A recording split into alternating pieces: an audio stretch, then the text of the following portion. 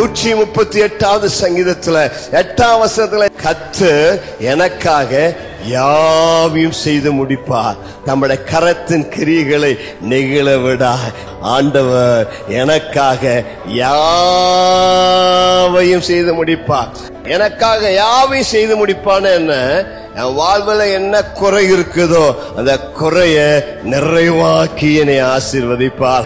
வாழ்க்கையில எதெல்லாம் பெர்ஃபெக்டா இல்லையோ அதெல்லாம் கர்த்தர் பெர்ஃபெக்ட் பண்ண நல்லவராய் இருக்கிறார். பிலிப்பியர் 4ஆம் அதிகாரம் 19 சொல்கிறது, என் தேவன் தம்முடைய மகிமையின் ஐஸ்வரியத்தின்படி கிறிஸ்து இயேசுவிலே உங்கள் குறைவு எல்லாம் நிறைவாக்குவார். உங்க குறை எல்லாவற்றையும் தேவன் நிறைவாக்கக்கூடிய தேவனாய் இருக்கிறார்.